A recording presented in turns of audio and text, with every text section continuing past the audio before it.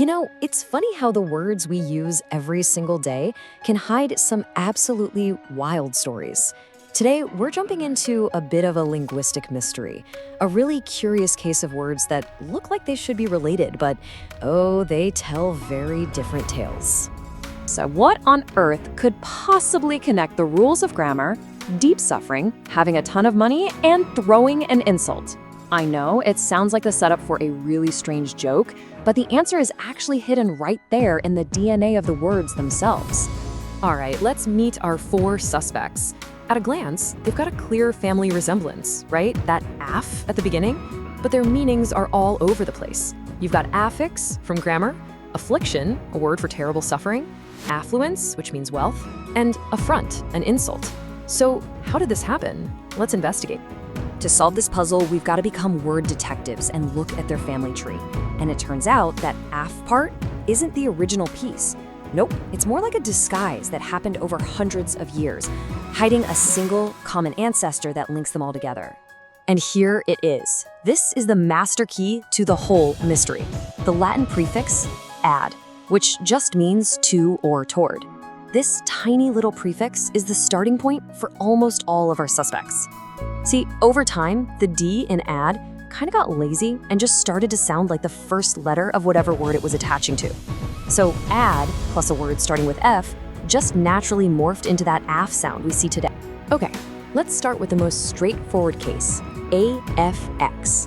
This one comes from ad plus the Latin verb fissure, which means to fasten. So to affix something literally just means to fasten to it. Makes perfect sense, right? Whether you're sticking a stamp on a letter or adding a prefix to a word, that core idea has stayed exactly the same. Now, things get a lot more dramatic with affliction. This one's a combo of ad and fligere, the Latin verb for to strike. So think about that. An affliction is something that is literally striking at you or striking toward you, causing this constant pain. Wow, that is such a powerful physical image for what it feels like to suffer. And what about affluence? This one's actually, it's kind of beautiful. It's ad plus fluere, which means to flow. So affluence is a flow towards someone, like this incoming flood of money and wealth. It paints this amazing picture, not of a static pile of gold, but of a constant moving river of riches coming your way. So our last suspect, affront, takes a slightly different turn. Now, it also comes from ad, but its story is so specific, so physical, so in your face, that it really deserves its own moment in the spotlight. Get this, the ancestor of our word, dishonor, from Anglo-French, didn't just mean to insult someone. It meant literally to strike on the forehead, to slap someone right across the face. An affront wasn't just mean words, it was a physical, public, and deeply disrespectful act. You can actually watch this word evolve step by step. It all starts in Latin with ad frons, literally to the forehead. That then becomes the Anglo-French verb affronter, to strike on the face. And from there, it evolves into our modern English word, where that physical blow has become a figurative one, an insult delivered right to your face.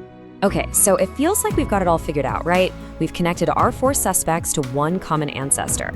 But, every good mystery needs one last twist, and this one involves a total imposter. A word that looks like it should be part of the family, but isn't. Let's talk about the word agape, or maybe I should say the two words spelt agape. They look the same, but they're completely different. First, you have agape, which means wide open, like your mouth agape in shock.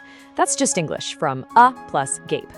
Then you have agape, which comes from Greek and means this deep brotherly love. See, neither one has any connection at all to our Latin ad family. It's a classic case of mistaken identity. So what's the big deal? Why go through all this detective work for a few words? Well, because when you start to unravel these little puzzles, you discover these incredible secrets hidden in the language we use every single day. So what have we really uncovered here? First, that words aren't random. They have family trees with ancestors like ad. We've seen how meanings can start out super literal, like a punch in the face, and evolve to become much more abstract, like an insult. And we've definitely learned that you can't always judge a word by its spelling. The big takeaway is that every single word has a hidden story. And that really leaves us with one final thought. Our language is like a living museum, just filled with thousands of these hidden histories. So the next time you're talking, maybe just pause for a second and wonder, What journey did this word take to get to me right now? What stories are hiding in the words you use every day?